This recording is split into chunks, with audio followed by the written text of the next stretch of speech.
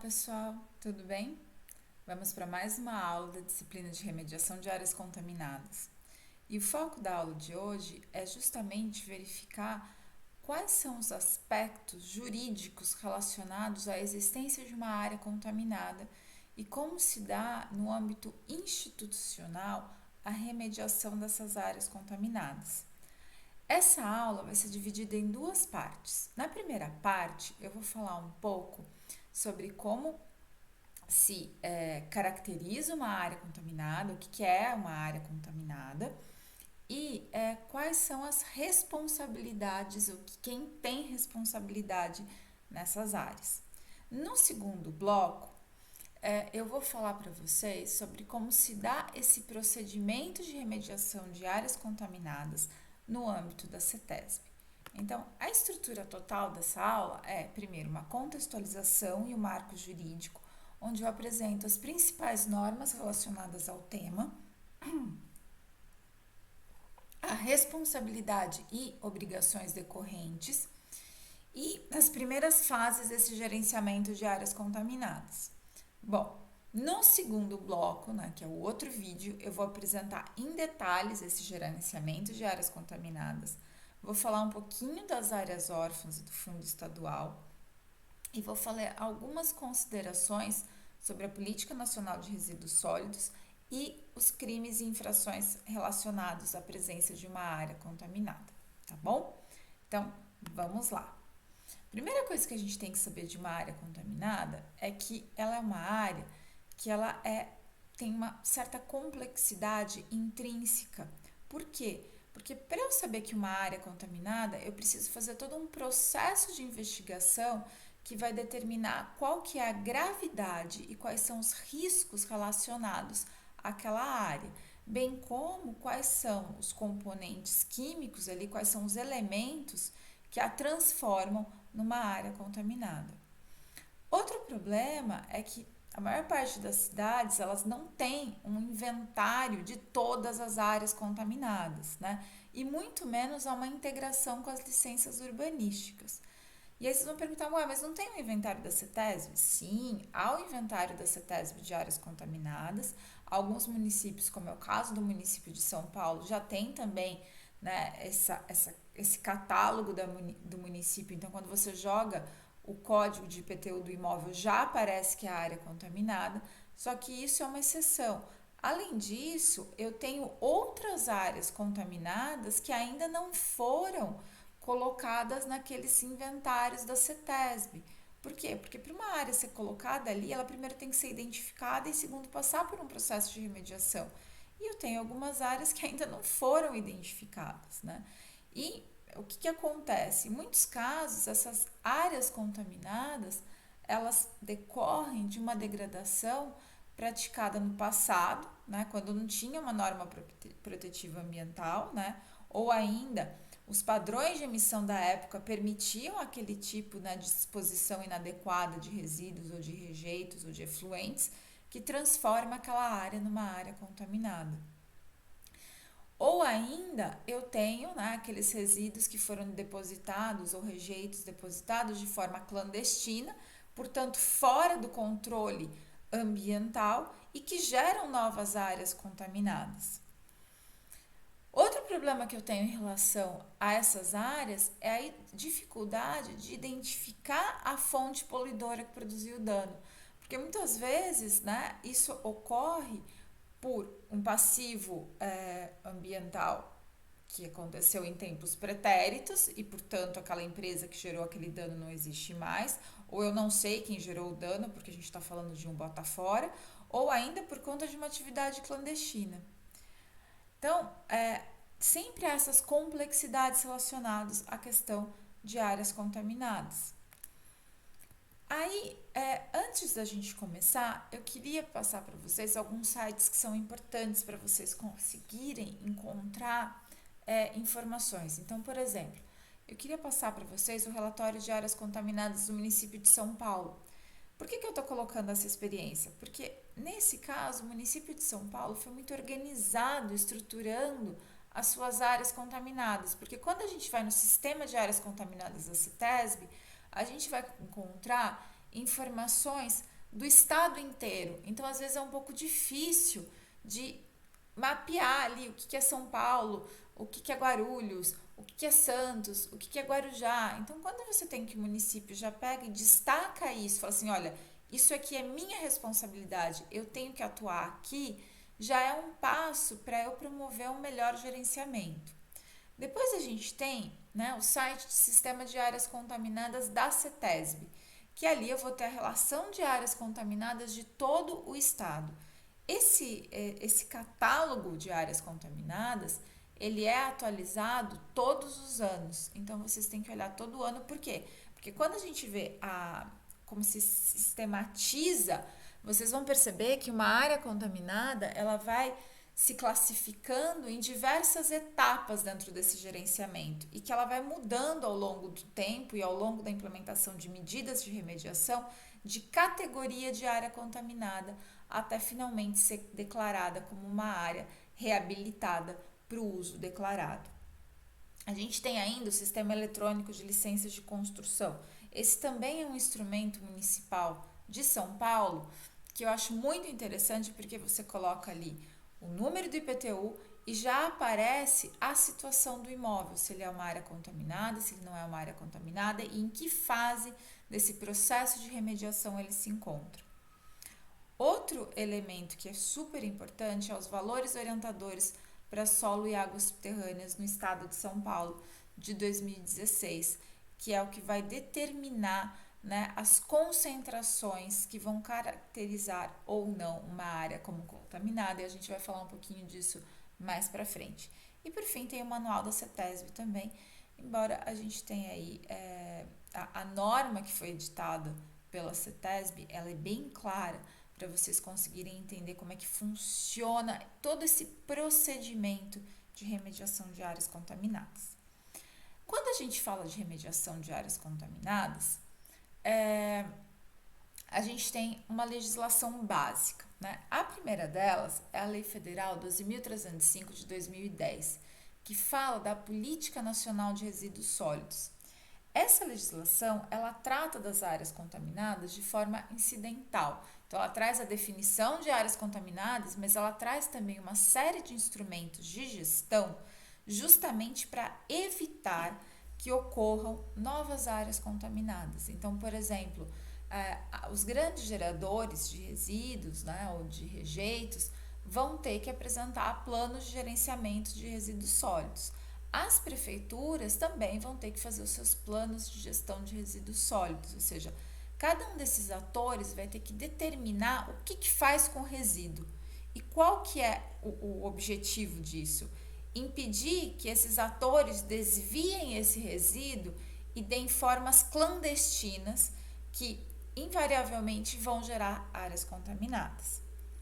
Além disso, nós vamos ter a Resolução 420 de 2009 do CONAMA, que vai estabelecer em âmbito nacional qual deve ser o procedimento para fazer o gerenciamento de uma área contaminada e trazer os valores orientadores para fazer essa determinação do que é uma área contaminada em relação às concentrações máximas de determinados elementos químicos. Então, essa resolução, pessoal, é uma resolução que vocês precisam olhar. Eu não vou dizer que vocês precisam ler nesse momento, mas pelo menos deem uma olhada, abram a resolução 420 de 2009, vejam ali aquela tabela de valores orientadores. A resolução CONAMA 460 de 2013, ela traz algumas alterações nessa resolução 420, então também é interessante que vocês deem uma olhada para ver quais foram essas alterações, porque quando vocês abrirem a CONAMA 420, não necessariamente vocês vão abrir a versão consolidada. A maior parte das versões que estão disponíveis na internet não estão consolidadas, então vocês têm que fazer dar essa olhadinha na 460 para ver o que foi alterado e o que impacta na 420. Depois nós temos a resolução CONAMA 396 de 2008, que vai falar sobre o enquadramento das águas subterrâneas e trazer alguns parâmetros para a água subterrânea que também precisam ser olhados no caso daqueles aquíferos que já têm um enquadramento. Por quê? Porque o enquadramento vai traçar alguns limites extras nessa proteção. Não é o caso ainda, porque a gente ainda não conseguiu enquadrar os nossos aquíferos. Então, o principal instrumento é a 460 e a 420 do CONAMA. Aqui no estado de São Paulo, especificamente, nós temos todo um sistema regulatório de áreas contaminadas específico, né? Que, inclusive, vai inspirar a lei nacional. Então, nós temos a 13.577 de 2009 e o decreto 59.263 de 2013, que vão regulamentar toda essa sistemática do gerenciamento das áreas contaminadas. Eu vou ter a resolução SMA 10 de 2017, que vai trazer aí quais são as minhas áreas potenciais de contaminação, que a gente vai tratar um pouquinho dela daqui a pouco. E a decisão da CETESB 256 de 2016 e a 38 de 2017. A 256 de 2016 vai trazer os valores orientadores aplicáveis aqui no estado de São Paulo, que são um pouco mais restritos do que aqueles previstos na 420 de 2009 e a DD 38 de 2017, que explica em detalhes como funciona esse processo de gerenciamento de áreas contaminadas. É muito importante que vocês também deem uma passada de olhos na DD CETESB 256 de 2016, só para ver as tabelas e como se estrutura isso, e na 38 de 2017, que explica esse procedimento. Então, eu vou trazer para vocês no segundo bloco esse procedimento de forma muito detalhada, né, fazendo um grande resumão da 38 de 2017, mas se vocês pegarem a aula e derem uma olhada rápida, pelo menos na 38 de 2017, vocês vão ter uma plena noção de como funciona esse procedimento. E aí, para quem quiser um exemplo de gestão municipal de áreas contaminadas, eu trouxe o exemplo da Lei Municipal 15.098 de 2010 e do Decreto Municipal 51.436 de 2010 do Estado de São Paulo. Aí vocês vão ver um pouco como o município pode contribuir nesse procedimento de gestão de áreas contaminadas. Bom, a primeira coisa que a gente tem que pensar numa área contaminada é o que é uma área contaminada. Então, a área contaminada é um local onde há uma poluição ou contaminação potencial ou efetiva, né? Então, vejam bem, esse potencial, ou seja, há um risco de, ou efetivamente há uma contaminação, causada pela introdução de substâncias ou resíduos que nela tenham sido depositados, acumulados, enterrados, infiltrados de forma regular ou não. Quer dizer isso, o fato da área, né, ter sido feito tudo com as autorizações, mas se foi gerada uma área contaminada, ou seja, se houve uma alteração representativa daqueles padrões de qualidade de solo e de água previsto nos valores orientadores, então eu estou falando que há uma contaminação. Se ela foi regular ou não, não importa, não vai alterar como vai se dar o meu gerenciamento e a minha necessidade de enfrentar essa contaminação, tá? Então, pessoal, né, digamos aqui que está um pouco vago. Como é que eu vou determinar se eu estou diante ou não de uma área contaminada? Qualquer alteração de solo já vai me gerar uma área contaminada? Para isso, pessoal, eu tenho que ir nos valores orientadores. Os valores orientadores, como eu já passei para vocês, eles estão previstos na Resolução CONAMA 420 de 2009 e na DD 256 de 2016. Então, lá eu vou ter, né, os valores de intervenção, os valores de prevenção e os valores de referência de qualidade. Os valores de referência de qualidade são aqueles valores onde determinada substância vai se encontrar no solo ou na água de forma natural. Então, ele vai colocar ali um valor máximo, ou seja, na natureza, o valor máximo daquela substância seria X, tá? Então, é aquele que está ali na tabelinha. Então, esse é o meu valor de referência de qualidade. O meu valor de prevenção são naqueles casos onde eu tenho a autorização para fazer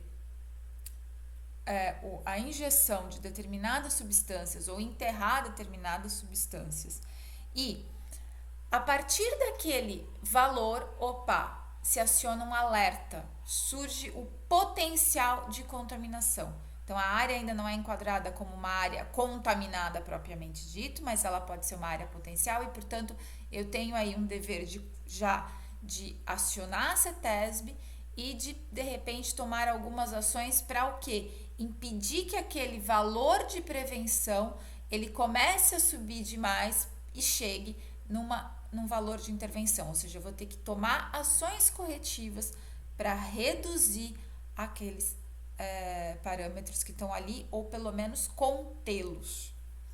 E por fim, o valor de intervenção, que aí realmente eu tenho, né, já uma área contaminada. Então, se aquela concentração, né, daquela substância no solo ou na água, ela for superior ao que está previsto nos meus valores orientadores, sendo que há uma variação, né, segundo o tipo de atividade agrícola, residencial e de serviços, né, e comercial e industrial, aí eu tenho que efetivamente agir, porque há um risco potencial direto ou indireto à saúde humana ou mesmo aos ecossistemas, tá?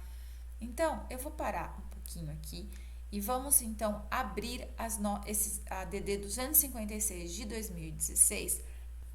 Bom, pessoal, aqui eu tenho, né, a DD 256 de 2016 com esses valores orientadores para solo e água subterrânea.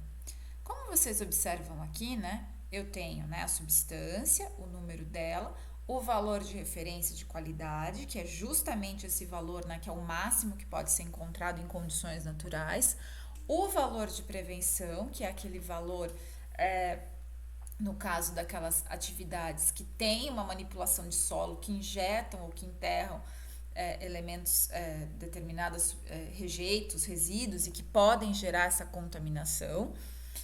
E aí eu tenho que tomar atitudes. E os valores de intervenção. Aqui eu já estou propriamente dito em áreas contaminadas. E aqui vocês vão perceber que eu tenho agrícola, residencial e industrial. São 3 categorias. Sendo que na industrial, né, o meu limite de tolerabilidade diante da presença de determinadas substâncias é muito maior. Por quê? Porque eu entendo que esse ambiente industrial, eu não vou conseguir, vai ser muito difícil eu conseguir manter um valor de referência, um valor de proteção, um valor de prevenção tão restrito quanto no agrícola e no residencial. Além do que, as pessoas estão ali, eu tenho todo um ambiente de segurança que foi estabelecido. No residencial, esse limite é bem mais restritivo e no agrícola ainda mais restritivo, porque eu entendo que ali é um contato direto com esse solo. Então aqui vocês veem, por exemplo, no caso do arsênio, o máximo que eu encontraria na natureza é 3,5 micrograma por quilo. Em compensação, né, o valor de prevenção, 15. Então, aqui eu já tenho que tomar ações protetivas, ou seja, a lei permite, né, aí uma certa contaminação que até atingir esse patamar, ela não é juridicamente relevante, desde, claro, você tem as autorizações para fazer isso. E depois 35, 55 e 150. Então, aqui são já os limites, e aí neste caso eu já tenho que entrar, a área é efetivamente declarada como área contaminada e eu tenho que fazer todo um processo de gerenciamento nessa área.